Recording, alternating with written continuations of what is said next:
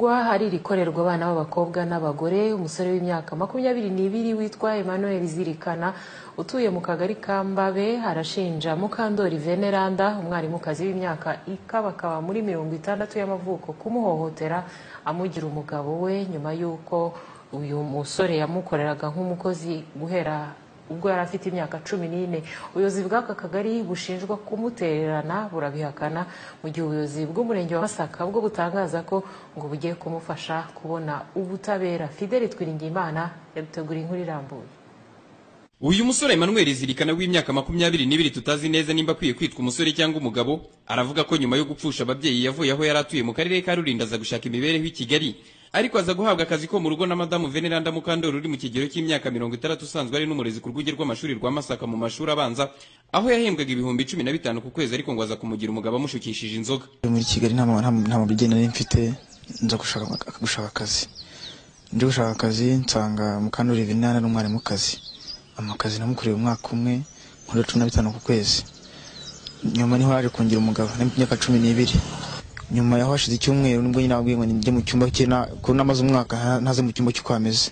Njya mu cyumba cye, kujya mu cyumba cye nibwo nyine yampaye inzoga njyamana nayo gutyo, gusa kumigenda nyine bigumya gutyo mbana nayo gutyo. Nyuma yo kubana imyaka igera ku 8 kuko yatangiye aka kazi mu mwaka wa 2008, uretse ngo ibibazo bitandukanye uyu musore yagiranaga n'abana bandi ba nyirabuja barimo n'ababaga hanze bangaga ko nyina w'umukecuru ngo abana n'umwana mu mitungo ya se, ngo bakomeje kubana ariko bizamo ikibazo gikomeye ubwo se wabo w'uyu musore ubi Kanombe nyuma yo kumenya amakuru yuko ngo abana n'umukecuru wahoze afata imiti igabanya ubwandu bwa virusi itera sida Kicukiro, yaje kumutuma hakamupima akaza gusanga nawe yaranduye. Abangurinza nakabuka mpima ndakamuhereza, amaze kumpima arambwira ati koko waranduye. Ati ngiye ntabwo nanduye. Nawe nayikuye ati nyamara waranduye. Tuko tunagutumira ngo mu ya Veneranda ati namuhaye imiti Kicukiro ndataha. Emmanuel Zirikana kandi yababajwe no kuba uyu mubyeyi tudahamya neza nimba ari nyirabuja cyangwa ari umugore we yaramushutse ngo agasubira i Rulindo kugurisha isambu yari yarasigiwe n'ababyeyi akayamuha kugira ngo bubakane urugo, ariko ngo kuri bakaba ari kumwirukana nk'umukozi nta n'icyamuhaye mu gihe ntawe afiteho kwerekeza.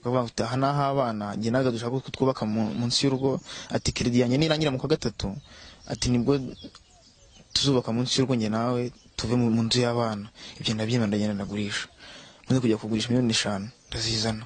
Sitwubatse aho ngaho yese ayoherezamo umukobwa uri muri Kenya na Jire umuhungu we uri Malawi. Kugeza ubu kandi Emmanuel Zirikana avuga ko ikibazo cyajwemo n'abayobozi kuva ku mudugudu kugera mu kagari, ariko kubera uyu nyirabuja we yita umugore we Veneranda ashinja kuba atanga amafaranga ngo ntagire icyo abasha gufashwa. Ibi baravuga ko abihera ku kuba ngo mu gihe ubuyobozi bw'akagari bwavugaga ko buri kubumvikanisha bwaramutegetse kwemera amafaranga agera ku bihumbi 300 Veneranda yemeraga kumuha, avuga ko ari yamusigayemo nk'umukozi bamaranye imyaka igera ku 8 kugira ngo batandukane ntaho bayashingira, nyamara ngo bakirengagiza amafaranga agera kuri miliyoni 5 yagurishijwe isambu yasigiwe n'ababyeyi akayamuzanira, ndetse ngo no kuba umuyobozi w'akagari Kambabe wakemuraga iki kibazo cyabo ngo ubwo bari mu nteko rusange imbere y'abaturage yaramwatse impapuro zose yari yaragiye amusinyira kugira ngo agurishe umutungo w'iwabo bubakane, izo basinyanye baguza amafaranga mu matsinda nk'umugabo n'umugore, telefone yariho amajwi y'ibiganiro bagiye bagirana hamwe n'izindi nyandiko zose zikubiyeho amasezerano bagiye bagirana agaragaza ibyo bumvikanagaho babana nk'umugabo n'umugore, ariko ngo nyuma yo kubimwakira imbere y'imbaga y'abaturage bitabiriye inteko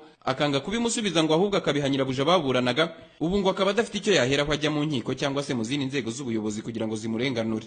Tagati nimba avuga ngo umukozi hano hari abadamu ngiye kuvuga ibimenyetso biri kuri Veneranda kuva ku mavi kugira ngo nyine hejuru hasi y'akananwa. Ibyo bimenyetso batabisanga 12 bihari.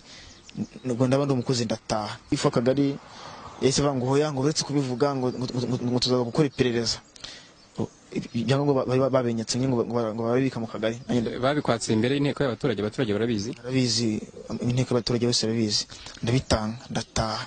Nubwo abaturage baturanye igihe kirekire n'uyu muryango batangaza ko batasezeranye imbere y'amategeko, baremeza ko mukecuru Veneranda na Emmanuel ngo bamaze imyaka myinshi bazwi nk'umugabo n'umugore aho batanga n'ibimenyetso. Abana nibo baje kubigaragaza bavuga bati Manuel ntakwiye kubaha ngo abe umugabo wawe asimbure data tugihari. Ukuri guca muziko ni gushya.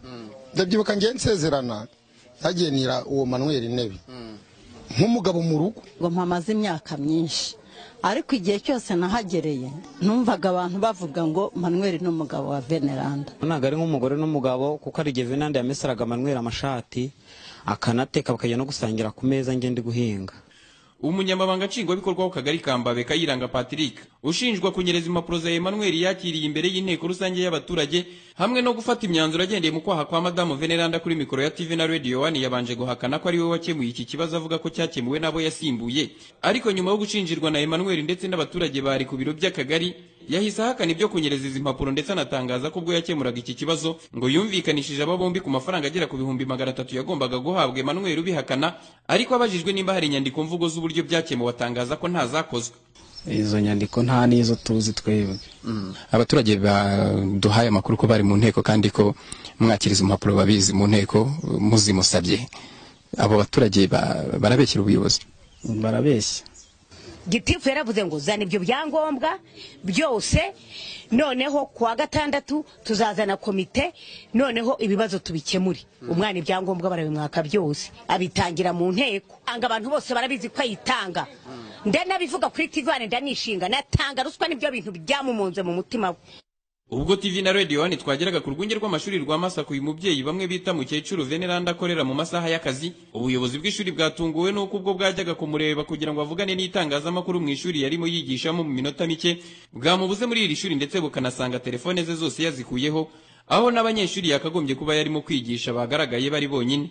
Rutijanwa Nyamwigema Eugene ni umuyobozi w'iri shuri. Ku kazi yaje mu kazi mu mwanya mugeze aho ngaha mumbwira yuko mwamushakaga, nohereje umwarimu ushinzwe discipline kujya kumureba, ariko ageze mu ishuri rye asanga ntawe uhari na telefone yayikuyeho, we akeka yuko haba hari abamuburiye kuko mbere yo kugera aha ngaha mwabanje kunyura ahatuye ku Ruyaga hariya hepfo. Umuyobozi w'umurenge wa Masaka uvugwamo iki kibazo mu kiganiro twagiranye ku murongo wa telefone yadutangarije ko iki kibazo uburyo yari yarakibwiwe ngo butandukanye nuko yacyumvise, yizeza gukurikirana amakuru yose avugwa muri iki kibazo cyane cyane ku bayobozi bakirimo, ndetse ngo no kureba uko uyu mugabo cyangwa se umusore yafashwa mu guhabwa ubutabera buboneye mu gihe ihohoterwa rikekwa hazaba habonetse amakuru ajyanye naryo. Abaturage bo baravuga ko uretse gukurikirana uwahohoteye umwana unashinjwa kwanduza ku bushake virusi itera sida, ngo Emmanuel akwiye no kwitabwaho ku by'umutekano we kuko ashobora no kugirirwa nabi.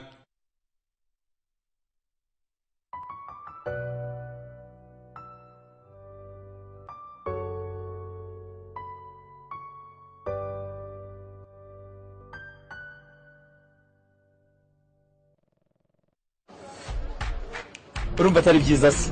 Yego, ariko ibindi byo birarenze. Byiza. Birarenze. Byiza yewe. Je nakubwiye ngo birarenze.